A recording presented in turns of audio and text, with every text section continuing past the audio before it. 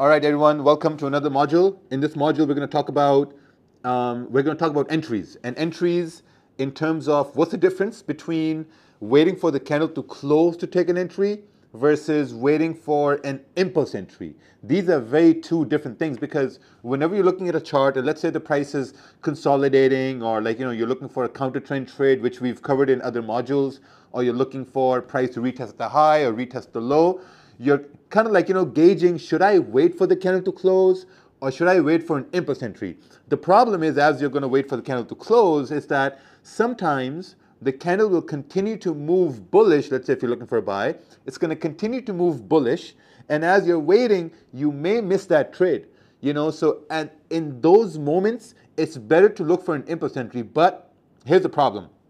In the beginning, you may not be too familiar with impulse entries. You may not understand the right way to look for an impulse entry or what's the right time to enter for an impulse entry because, believe it or not, it's all about timing. I know we have a lot of students and a lot of students are looking at, let's say, the London session chat, the New York session chat, where some traders are posting charts, where some traders are posting their wins and they've taken their trades based on impulse entries, and then they're confused. They're like, man, why the fuck are these guys taking impulse entries? Why and why am I waiting for the candle to close? To be honest, when I first started trading, I knew that all I had to do was to wait for the candle to close. If a candle can close in my direction, then there's a high probability that the next candle will continue in the same direction as well. Let's say if that's the 30-minute candle, the 1-hour candle, the 4-hour candle, whatever. 15-minute is, I'd say 15 minutes is a weak confirmation, so I wouldn't really go in depth on the 15-minute time frame, but the 30-minute, 1-hour, 4-hour, you gotta wait for the candle to close. If you're a new trader, you have to wait for the candle to close. There's no way around that. Because as you're waiting for the candle to close, the candle will move in the direction. It may not close, and you might look at the trade and you might say, oh man, you know what? I've missed a trade. And then you investigate. Then you look at the chart and you try to explain to yourself, where could I have taken an impulse entry? Rather than the candle goes in your favor and you've missed a trade and you take a buy at the very top. Or if the candle falls, you take a sell at the very bottom, anticipating the price to continue moving. But most times it's not going to happen. Most times, this is why people run into the problems like, oh man, I'm taking a buy and price is going against me. I'm taking a sell and price is going against me. I don't know what to do, because the problem is you're not focusing on the best entry point, So let's get down over here and let's talk about some scenarios where it's better to wait for a candle to close, right? So the number one scenario, we all know about this. Let's say, for example, price is moving down and we are trying to create some sort of a low, right? So price moves down, we move down like this, and now we've created some sort of a low. We have a support form, and all we're doing is we're waiting for a candle to close bearish like this. Once we have a candle closing bearish, let's say this is the 30-minute time frame, we all know that, okay, the candle has closed bearish.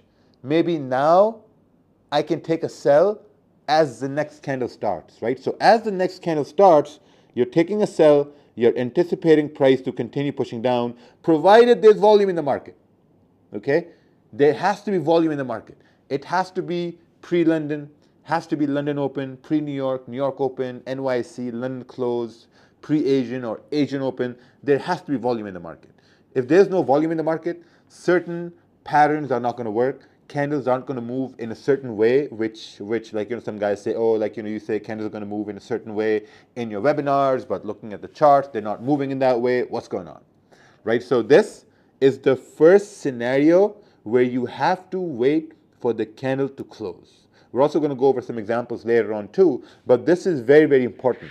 This is where, we all know this, if this is the 30-minute time frame, the higher time frame could be like this. You got the, let's say this is the 4-hour, and the 4-hour is just coming down to fill this wick, which is the bottom over here, and this is the bottom right over here as well. We've explained these concepts in great detail in some of the modules. Now, this is the first scenario.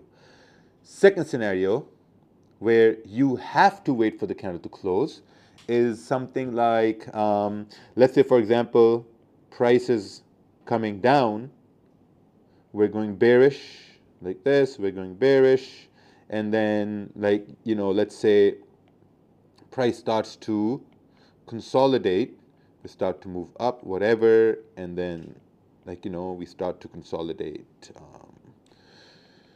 like this, and there's basically nothing happening. So basically we're creating a support and we're creating a resistance like this, and price is just, you know, ranging in this area, not going anywhere at all, you know. So this is what you're faced with. Now, what we have in this scenario is we have a wick right over here, you know, or you could have a wick like this in this scenario. So once you have a wick at this point, this is where it's important to wait for the candle to close in this area, because if you have a wick rejection right here, and this candle couldn't close above, this candle couldn't close above, and let's say we have another candle that tried to go up, it couldn't close above, and we're still consolidating, we're ranging here, candles are printing like this, not really going anywhere. You know, this is the point, this is the moment where you have to wait for a candle to close, because believe it or not, these are wicks here to the left hand side.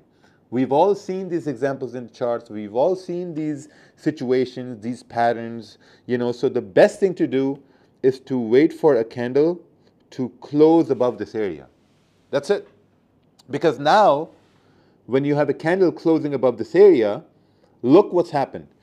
This candle right here, it couldn't close above. Let's say this price was like, you know, 2023.40. Hypothetically, 2023.40. Let's say this was the price, 2023.40. This candle couldn't close above. This candle couldn't close above. This one as well. This one, this one, this one, this one, and then this candle. This candle, I like to call this the gladiator. Right now, hear me out. The reason why I call this a gladiator is this. So back in the day, you had these wars, these duels, right? And all the slaves would fight against the wall, whatever. Then there'd be one strong slave. He would break through the roads, he would break through the barriers, making way for the next or the people behind him to continue moving in the same direction. So this candle here, this candle has done something what 1, 2, 3, 4, 5, 6, 7 candles couldn't do. Okay? This candle has done something that these other 7 candles, they couldn't do. So now, what's the probability of the next candle to continue to push up? There's a high probability. Now, someone can say, well, you know, the next candle can go back down in the range and this move up can be a fake out. Yes, it could be. But you got to ask yourself, what's the probability? If the trend is bearish and we're consolidating, trend is not bearish anymore because we're consolidating. Okay, so this is also something you need to really understand. The trend is only bearish if we come down, we retrace, create resistance, and then continue to push down. That's where you have a bearish trend. Over here, the trend is fucking consolidating over here. We are ranging, and we've seen these in the charts before. This is ranging. What we have in this scenario,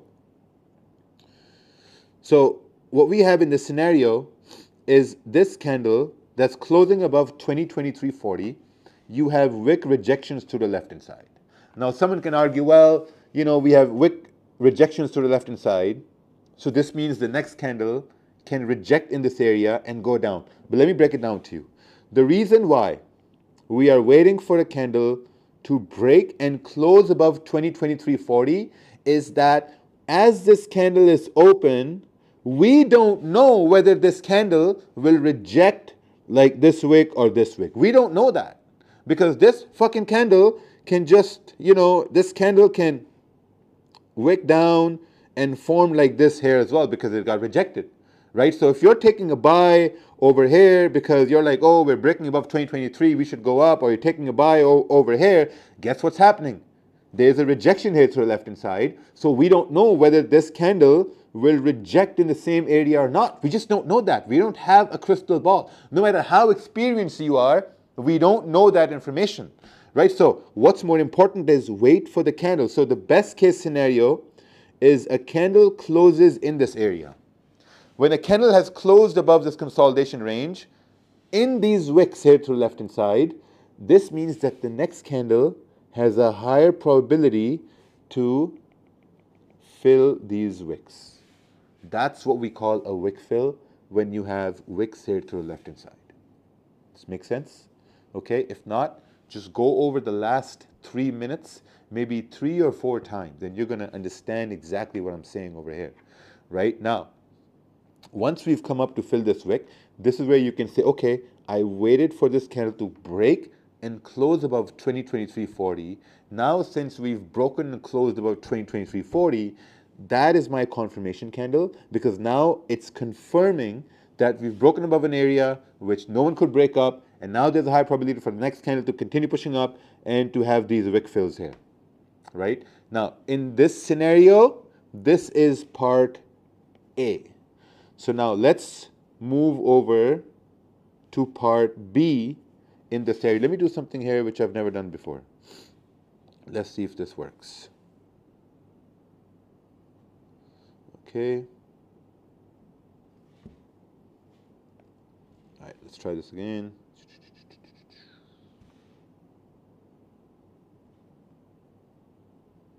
Okay. Duplicate. Oh, there we go. This is working. Awesome. Awesome. Long live iPads. Okay, great. So now this is scenario B, right? So scenario B is this. We have wicks to the left-hand side, same idea, same concept, nothing has changed. Scenario B is this, that this candle breaks above this area and continues to push up. And we come up over here. We continue to push up, we break above the zone, we fill these wicks, and we come up over here. Now you're looking at this and you're just saying, okay, you know what? I'm waiting for the candle to close, and the candle has basically closed above the range. It has moved a lot. There was no, for me personally, there was no impulse entries because, we were just waiting for the candle to close. But we moved so up high at this point, I don't know what to do. So whenever I see this scenario, I'm like, okay, this is perfect. This is awesome. Because the best case scenario in this case is that, okay, all we got to do is wait for some sort of a retracement, right? Maybe a retracement can come in this sort or whatever, and then we form some sort of a support, right? Retracement, support, and we've broken above the range, so there's a high probability for the next candle to continue pushing up. So whenever you see a candle that has broken above a zone and broken above these wicks and made a big candle, don't be sad that you've missed the trade. Of course you've missed the trade. Of course there was no confirmation. Of course there were rejections here to the left-hand side. So you didn't know whether this candle will reject or it will continue to push up. We didn't know that. No one knew that. So in this case, the best scenario is to calm down, baby. You got to calm down and wait for you got to calm down and you got to wait for price to retrace, create support, and then continue to push up. That's the best case scenario in this situation, right? So these are, I think, the best ways where you're waiting for the candle to close. So the number one was when we have a low form, price comes up, creates resistance, candle closes, with a confirmation. This is your confirmation candle, and next candle moves down. That's where you're waiting for the candle to close. Right over here as well in this scenario, when you have wicks here to the left-hand side, you're waiting for the candle to close in these wicks so that the next candle can be a potential wick fill of the wicks to the left-hand side. That's the second one. The third one is that you missed the trade because you're waiting for the candle to close, and the candle continues to move. So now you're like, okay, I'm going to wait for price to retrace, create support, and then continue to push up, right? So this scenario ties very well to the first scenario we talked about, right? Make sense? Beautiful. Remember, we're not here to make sense. We're here to make dollars. We don't make sense. Okay. Now, what's this? Don't use Siri. Now, let's discuss the scenarios where it's important to wait for an impulse entry or to execute on an impulse entry. Now, some of these scenarios we've discussed in the impulse entry module, so we're just going to go over those as well. The best scenario, which I know for an impulse entry, is probably, I'd say, in a trending market. For example, let's say you have a candle that's moving bullish like this, boom, boom, boom. Candle moves bullish, and then you have a bearish candle that forms like this. If you've been through the impulse entry scenario, this is where impulse entry works the best. You know, like as long as the next candle does not break the previous low and it breaks this high right over here, boom, buy. You know, impulse entry goes in, and there's a high probability for price to move down. You know, the same is true if candles are pushing bearish, boom, like this, boom. We have bearish candles forming, and you have some sort of a bullish candle form like this, you know, and now you're expecting the next bearish candle to break below this low, respect the previous high, and continue to push down. The candle is a little crooked, but you get the idea, right? Impulse entries in this scenario, beautiful, perfect. There's no problem in this, right?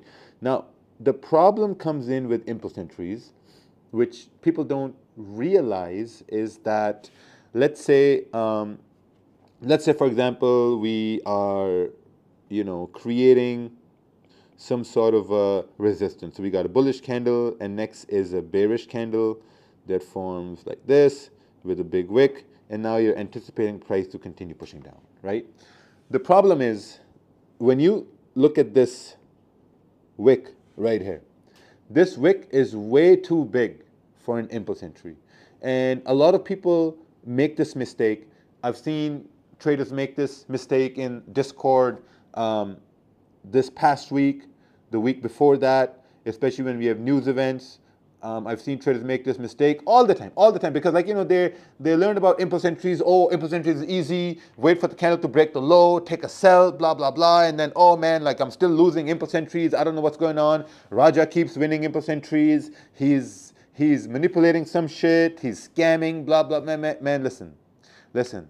You have to truly understand impulse entries, right? So if we're looking at this scenario, and if you are someone who's saying that, okay, I'm going to wait for this candle to break below this low right over here, and I'm going to take a sell for price to continue pushing down. Now ask yourself this question. You waited, so let's say this is the 30-minute time frame on gold, right? Now you waited price to move, let's say 5 to 8 pips. You waited price to move 5 to 8 pips, and then you're taking a sell for price to move down. How does that even make sense? That makes no sense at all, because this wick is way too big for an impulse entry. You can't let go of pips, which you could have captured, in the essence of saying, okay, like, you know what, I'm getting an impulse entry. It doesn't work like that, right? The best thing is you want this wick to be small. You know, now don't ask me how big this wick should be. It should be like 2 pips, 3 pips, 4. It should be a small wick. So as soon as this candle breaks this low here to the left-hand side, you're like, okay, impulse entry makes sense. You know, because it makes no sense at all if the wick is this big and you're taking a sell over here for price to move down. It makes no sense at all, man. Please stop doing that, right? This is where you need to pull up your big boy pants, and you need to say, okay, we have resistance formed. I have my confirmation candle form right over here. And now what's the probability for the next candle to move down? And you're like, okay, I'm going to take a sell right over here and anticipate price to continue pushing down instead of what's the word? Instead of ignoring, instead of, I don't know, whatever. Instead of ignoring these pips and anticipating getting more pips. No, it doesn't make any sense. Plus also, if you're taking a sell over here, your stop loss is all the way up over there. Or your stop loss is all the way up over here. Why? Doesn't make any sense. You know, so whenever you have a candle that has, even in bullish scenarios, let's say like this, right? Even, let's say you have a candle which has like whatever, like a semi big wick, and you're saying that, oh, I don't want to take a buy over here, even though I have confirmation, even though the trend is up, even though there's volume in the market, even though everything points for price to move up, I don't want to take a buy here, and I want to sacrifice these 4 to 5 pips of this wick and then take a buy up over here. That makes no sense, because if you're taking a buy up over here, your stop loss is down here, stop loss is bigger, right? But if you're taking a buy at this point, your stop loss is smaller. So what would you want to do? Would you want to sacrifice, you know, these 4 to 5 pips and have a big stop loss? Or do you want to execute with confidence as the candle opens because you have confirmations here, have a small stop loss, gain these 4 to 5 pips and some more as the candle moves up? Your decision, not mine. Not mine, you know, it's your decision. So you got to decide what's going to be better for you as you're looking at price action, you know. So whenever you're looking at impulse entries, these are my favorite patterns right here. This one and this one. These are my go-to patterns. Whenever I see these patterns, I'm going in with impulse entries. And man, trust me, the difference between deciding whether to wait for the candle to close or whether you want to go for an impulse entry, there's not much big of a difference. You know, the main difference is this right over here, when you have wicks here to the left-hand side, just wait for the candle to close. You know, just wait for the candle to close. The reason why people go for impulse entries, even when the candles have, like, you know, wicks over here or wicks over here, is I think because there's lack of confidence, you know.